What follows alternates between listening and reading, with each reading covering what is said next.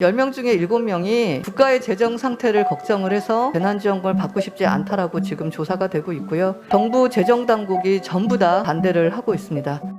네, 제가 장관님께 질의드리겠습니다. 장관님, 저는 예산 소위에 이틀 동안 참여를 했었는데요. 지난번 5차 상생지원금에 제외된 12%의 국민분들 있지 않습니까? 굉장히 많은 컴플레인이 사실은 발생을 했는데 추가적으로 25만 원씩 1조 9천억 원을 지급하자라는 논의가 있었는데 정부안을 봤더니 수용 곤란이더라고요. 이유가 뭔가요? 일단 신중 검토, 지금 말씀 12% 말씀이신가요? 네네네. 10% 대해서요. 예, 10%는 당시에 88%를 지급하기로, 정확하게는 80% 플러스 알파였죠. 그래서 네. 이제 실제로 지급을 해보니까 83% 정도가 됐는데요. 그러니까 이유가 수용 곤란에 제가 대한 이유만 말씀드린 좀 거는 주세요. 그렇게 했는데, 네. 그러니까 88%도 실제로는 다 지급이 되지 않고 아무튼 했는데, 네. 당시에 여야가 합의해서 그렇게 지급해서 88%를 지급하기로 한 것을 지금 와서 일부 지자체에서 아니 다른 이유는 없으세요? 그러니까 여야 합의를 흔들 수 없다가 메인이세요? 들어보시죠 그러면. 아니 지금 3분이에요 잠깐요. 제가 아니, 그럼 질의하기 너무 질문하시고 많습니다. 끝에 제가 답을 할게요. 알겠습니다. 그러면 지금 산자위에서 지난주에 손실 보상 추가가 있었거든요. 근데 그것도 여당 야당 가릴 것 없이 다 증액하자고 그랬는데 정부에서 관철을 시켰어요. 그 가장 큰 이유가 뭐였냐면 재정의 여유가 없다였습니다.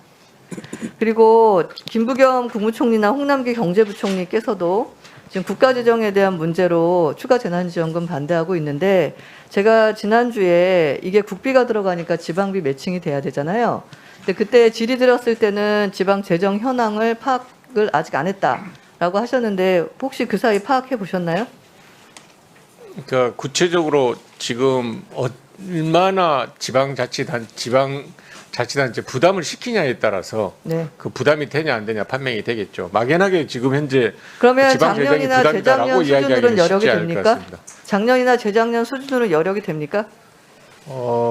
사실은 뭐 상대적으로 봐야 되지만 네. 지방재정 교부금은 또 올해 상당한 세수 확보로 해서 지급한 것도 있습니다. 물론 각 지자체에 따라서 재정 그러니까 수준은 따로 파악을 판단을 해야 하셨습니까? 안 되고요. 하셨습니까? 파악 안 하셨죠 아직. 왜냐하면은 제가 퍼센티지가 말씀드린 대로 정해지는 얼마를 거고. 지급해야 될지가 판단이고 일반적인 재정 파악은 늘 하고 있습니다. 그래서 결론적으로는 작년이나 재작년 수준이면 가능하다고 보십니까? 작년 수준으로 뭘 말하는 거죠? 지방비가 매칭으로 들어오는 부분에 대해서는 가능하다고 보세요? 전국민 재난지원금 가면? 그 부분에 현재 재정 당국은 부담이라고 이야기를 하고 있고요. 알겠습니다. 국회 논의 과정에서 좀 네. 더 그 정확한 액수 추계 등을 보고 정부 입장이 필요하면 또 알겠습니다. 이야기를 하겠습니다. 제가 오영훈 의원님께서 그 여당 야당 함께 논의를 하자라고 또 주셔서 제 의견을 말씀드리면 지금 국내 저소득층의 그 가구 소득 감소가 17%입니다. 저소득층은 이게 가구 소득이 이렇게 17%나 줄면 사실 생계가 위협받고 있습니다. 그리고 소상공인들 지난달에 공식 집계만 23분이 극단적 선택을 하셨습니다. 사실 양극화가 추가 세수가 거치셨다고 했지만 사회의 다른 면은 뭐냐면 양극화가 극단적으로 일어나고 있습니다. 전 국민의 67.9%, 10명 중에 7명이 국가의 재정 상태를 걱정을 해서 재난지원금을 받고 싶지 않다라고 지금 조사가 되고 있고요. 정부 재정당국이 전부 다 반대를 하고 있습니다. 부채 비율이 다른 선진국에 비해서 가능하다고 하시지만 저출산 고령화나 생산 가능 인구를 봤을 때 장기적으로 봤을 때 분명한 위험 신호가 있는 것이 맞습니다. 홍남기 부총리도 이렇게 짧은 시간에 이렇게 가파른 부채 상승은 위험하다고까지 얘기를 하셨습니다. 과세 유예라는 꼼수를 써서 내년에 지급하시겠다고 하는데 국세 지급법상 이거 납세자가 요청을 해야 되는 거지 국민이 세금 낼 사람한테 올해 내지 말고 내년에 내 이렇게 할 수가 없습니다. 그리고 얼마나 초과 세금이 거칠지는 결산보고서 받아서 감사원 가서 국회에 도착하려면 내년도 5월 30일입니다. 그리고 지금 말씀하신 것처럼 러프하게 보셨지만 지방세 매칭, 재원 여력 힘들다라는 지방의 목소리가 있다고 하셨습니다. 그리고 이게 이재명 지사가 10월 29일 날 제안하고 나서 열흘 만에 나온 얘기입니다.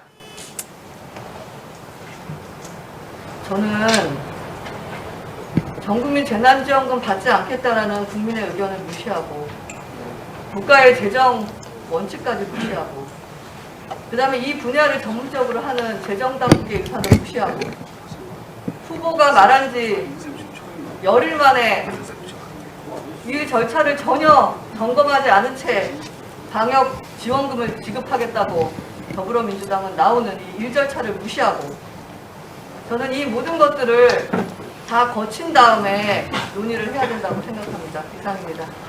예, 이영 의원님 수고하셨습니다. 지금 아까 예, 이야기했던 두 가지 말씀하십시오. 답을 예. 좀 하도록 하겠습니다. 먼저 88% 지급 이외에 12%에 대한 것을 지금 국비로 하겠냐라는 부분에 대해서는 분명히 수용 곤란입니다. 왜냐하면 당시에 여야가 합의해서 그렇게 지급하기로 한 것을 지금 와서 다시 지급하기로 한다는 것은 새로운 논의이기 때문에 현재 제도는 수용 곤란을 분명히 이야기했고요. 그다음에 이번에 이제 논의하고 있는 전국민 재난지원금에 대해서 제가 말씀드렸던 것은 국가 재정 그리고 지방자치단체 재정을 고려해야 된다라고 말씀을 드렸지 지금 단계에서 지방 재정이 그런 지원금을 지급할 만한 것에 대해서 부족하다 또는 지방 재정 때문에 안 된다라고 말씀드린 것은 아니라고 분명히 드리겠습니다.